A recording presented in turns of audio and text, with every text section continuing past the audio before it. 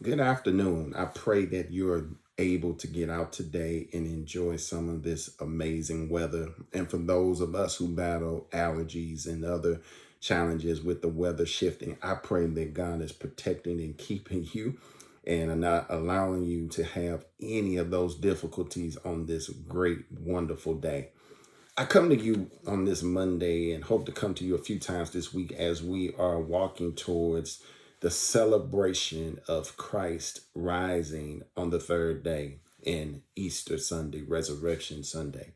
There was a lot that happened in the week leading up to his death, burial, and resurrection.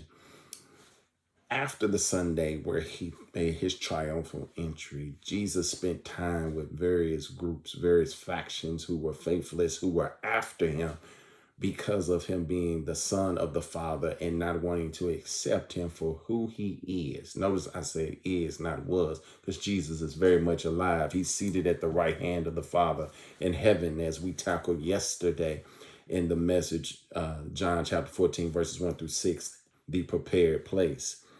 What I find interesting is if you look at Matthew and start reading in chapter 21 through verses, really all of chapter 21 and all of chapter 22 in Matthew, you see these stories, these parables.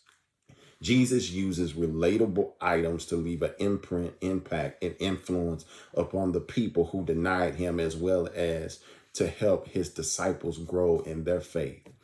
And one of the parables that stands out to me is when he speaks to this group, the Herodians, as well as the Pharisees. The Pharisees was the conservative religious people of that day, and the Herodians were a political party who really didn't care about religion, but they all had a common enemy in Jesus.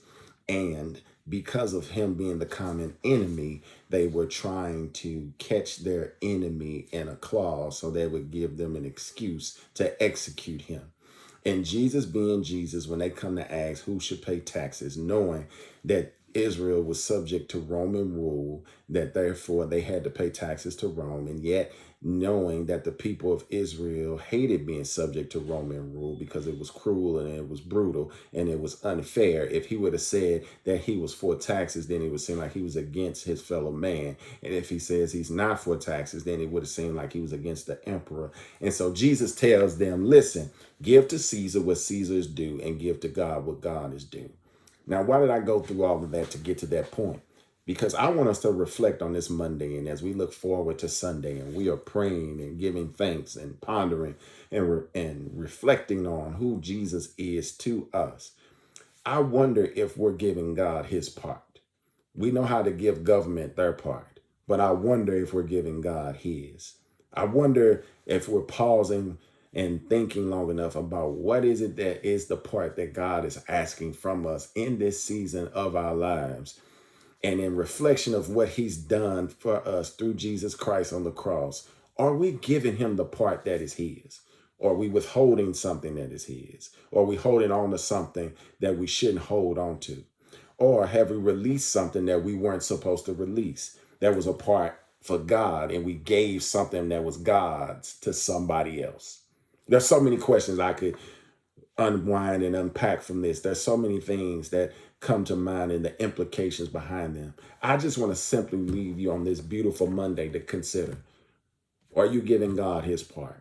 Are you giving God what he's asking of you, what he desires from you, what he nudges you about, what he wakes you up out of your sleep to think about, what he's put in front of you consistently and constantly from other people, and even making connections and potential collaborations on whatever that is? Please, in this season, consider and ponder as we reflect. And it leaves us more than humble to think about Jesus dying in our place. Are we willing and are we giving God his part? Until I see you this Sunday, take care. God bless. And oh, don't forget to invite. Who are you bringing to church with you this Sunday? See you soon.